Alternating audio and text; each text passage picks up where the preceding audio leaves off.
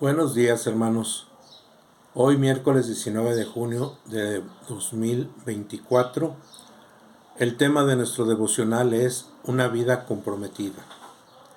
La lectura bíblica se encuentra en Esdras, capítulo 9, del 1 al 15. No lo voy a leer en esta ocasión, léanlo ustedes para que encuentren exactamente el contexto de nuestro devocional. Esdras se opone a los matrimonios mixtos. Desde el tiempo de los jueces, los varones israelitas se habían casado con mujeres paganas, adoptando sus prácticas religiosas. Aún Salomón cayó en este pecado. A pesar de que esta práctica estaba prohibida por la ley de Dios, se repitió en los días de Esdras, y una vez más, solo una generación después de él. La oposición de los matrimonios mixtos no era en perjuicio racial, ya que los judíos y los no judíos de esta área tenían el mismo trastorno semítico. Las razones eran estrictamente espirituales. El que se casa con un pagano se veía inclinado a adoptar la creencia y prácticas paganas de esa persona. Si los israelitas fueron tan insensibles para desobedecer a Dios en algo tan importante como el matrimonio, no podrían ser lo suficientemente fuertes para permanecer firmes ante la idolatría de sus cónyuges, hasta que los israelitas finalmente abandonaron esta práctica. La idolatría continuó siendo un problema constante. Algunos israelitas se habían casado con cónyuges paganos y habían perdido la visión del propósito que Dios tenía para ellos. El Nuevo Testamento dice a los creyentes: no os unáis en yugo desigual con los incrédulos. Esto lo encontramos en 2 Corintios 6:14.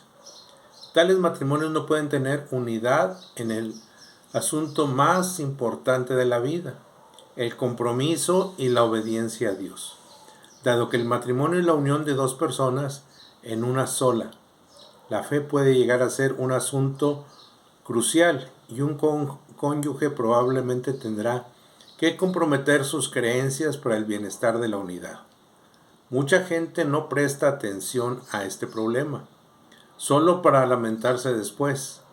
No permita que la emoción o la pasión lo siguen ante la máxima importancia de casarse con alguien con quien no pueda estar unido espiritualmente. Rasgarse las ropas o arrancarse el pelo de la cabeza o de la barba eran señal de autodegradación o humillación. Expresaban tristeza por el pecado. Después de conocer los pecados del pueblo, Esdras cayó de rodillas y oró. Su oración sincera nos proporciona una buena perspectiva sobre el pecado.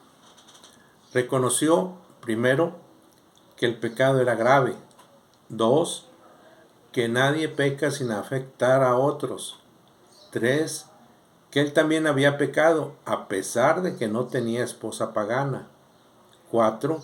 Que el amor de Dios y su misericordia habían salvado a la nación cuando ésta no había hecho nada para merecerlo.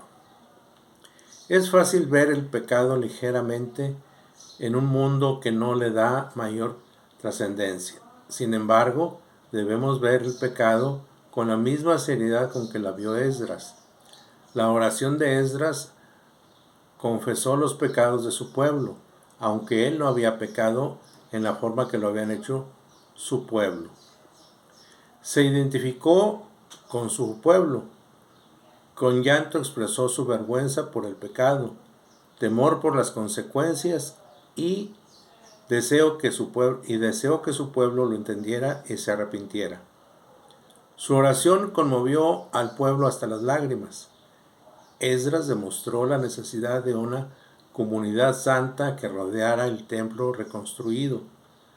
También nosotros necesitamos en nuestras iglesias locales una comunidad santa, aún en medio de nuestros peores pecados. Podemos volvernos a Dios con oraciones de arrepentimiento.